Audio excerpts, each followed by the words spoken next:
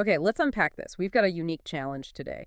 Our source material isn't, a lengthy research paper or a standard news article. No, it's something much more distilled, an incredibly dense, really emotionally charged transcript. It's taken from the YouTube music video Underbrook Stand Down. Right, just a handful of lines. Exactly.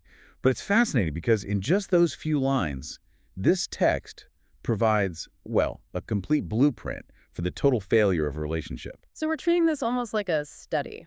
Yeah, a study in linguistic warfare, you could say. It's this rapid-fire sequence of accusations, hints of self-destruction, and just definitive judgment, all designed clearly for maximum impact.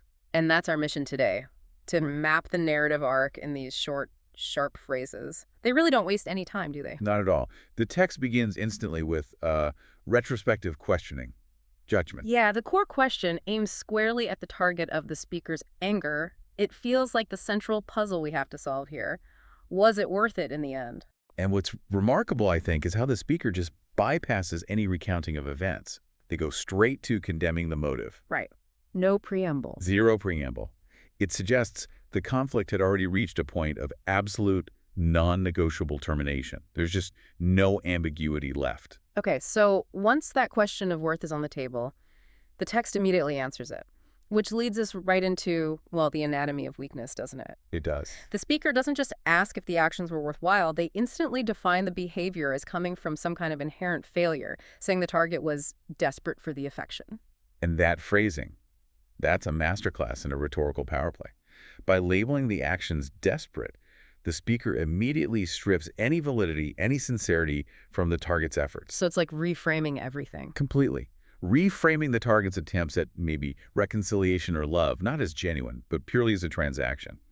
Based on this underlying neediness, it's an immediate character attack, an ad hominem. And it gets cynical fast. It moves from that general character flaw, desperation, to specific manipulative tactics. Yeah. The text immediately undermines any social effort the target might make. It warns them, don't talk to all the friends you think you have, another chance for attention. And this is a critical insight into the speaker's mindset right now. Mm-hmm. They view the target's social circle not as, sources of genuine comfort or support. But just as tools. Just tools, levers to extract compensatory attention because maybe they couldn't secure the desired affection.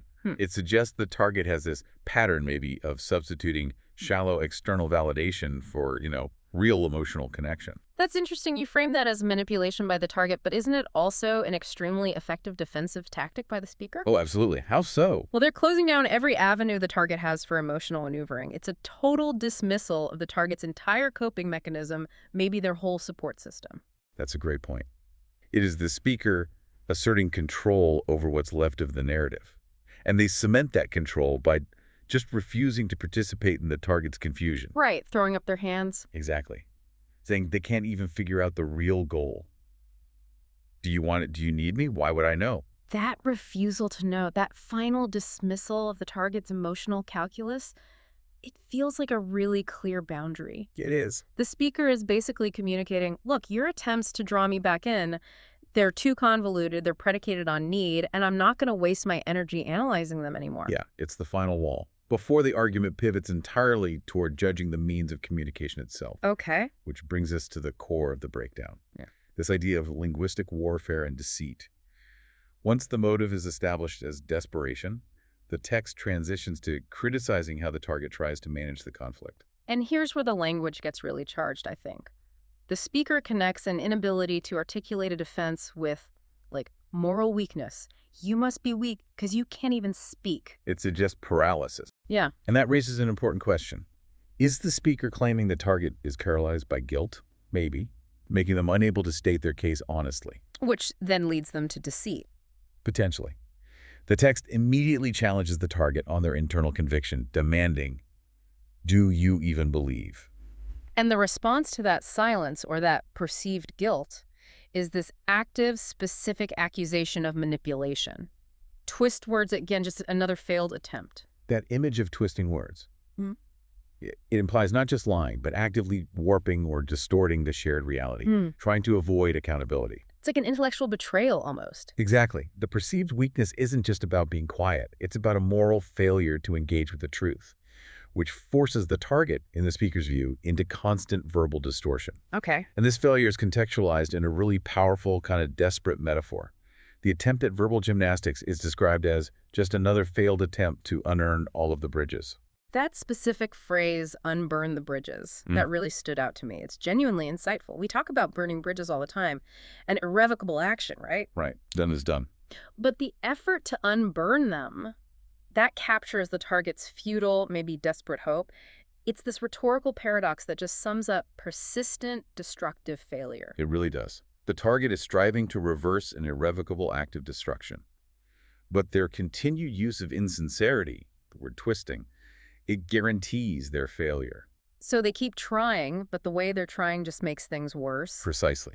The means they employ only reinforce the very skepticism that caused the initial breakdown. The damage isn't just done, it's structurally irreversible in the speaker's eyes. And because that means of reversal has failed, we must now arrive at the consequence, the final stage of this conflict, the personal apocalypse and final judgment. Yeah, this is where the destructive imagery really culminates. The speaker delivers this absolutely massive, totalizing diagnosis of the situation, directly linking the target's current emotional presentation to the catastrophe they caused. The text says, "And now you're smiling. It's obvious you made your personal apocalypse." That smiling accusation. Let's spend a moment on that. Yeah, it's often the most unsettling detail in conflicts like this.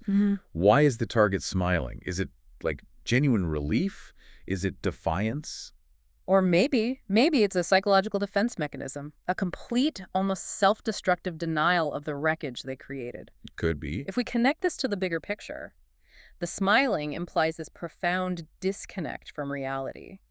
Maybe the target feels some perverse satisfaction in the chaos, having finally brought their world down, the personal apocalypse. Or maybe they're just incapable of registering the severity. Exactly. Incapable of registering their self-inflicted wounds. The speaker clearly views this as evidence of deep pathology, a kind of total self-immolation. The speaker ensures there is absolutely zero ambiguity regarding who holds the responsibility for this collapse. None whatsoever. You put this on the fire. It's not just a breakdown they both endured, it's an outcome the target actively created and fueled, according to the speaker. And following that declaration of total destruction, the speaker delivers their definitive, unwavering clarity. The judgment is non-negotiable. It provides the ultimate power dynamic shift. I know exactly what you are. Wow.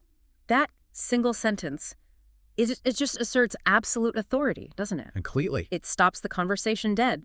There is no room left for debate or excuses or defense because the speaker claims comprehensive, certain knowledge of the target's core identity. And that skepticism about authenticity, which really defined the entire text, it gets reinforced one last time, right before the final challenge. Right. The speaker loops back, questioning the target's sincerity right down to their core. Do you even believe yourself at heat? It's a final, sharp rejection of their entire performance, signaling the speaker's ultimate refusal to tolerate it anymore or to stand down, as the title says. Exactly. So, okay, if we synthesize this whole hyper-focused text, we've really gone on a journey. It starts by challenging the worth of the target's effort, moves through these accusations of transactional neediness and word-twisting deceit. Yeah, the manipulation aspect. It culminates in this decisive declaration that the target has essentially caused their own personal apocalypse. Right. The transcript, though it's exceptionally brief, provides a complete, incredibly focused narrative. It's defined by emotional warfare and this relentless focus on the target's perceived lack of sincerity. Yeah. We are left with a really powerful statement of relationship termination. And it's fueled by this deep skepticism regarding the authenticity of the other party in, well, every single interaction, past and present. The power has fundamentally shifted. It really is a textbook example of linguistic warfare, where every phrase seems designed to dismantle the other person's identity and just control the narrative of the collapse. Absolutely. So considering the text is full of phrases like twist words and do you even believe yourself, it forces us to reflect, doesn't it? If one side views the entire conflict as built on fundamental lies, on neediness, is communication itself just a desperate, failed attempt at peace? Or is it actually just another weapon? Yeah, is it just another weapon designed to inflict maximum damage? That's definitely something for you, the listener, to mull over as you consider the real architecture of conflict and deceit.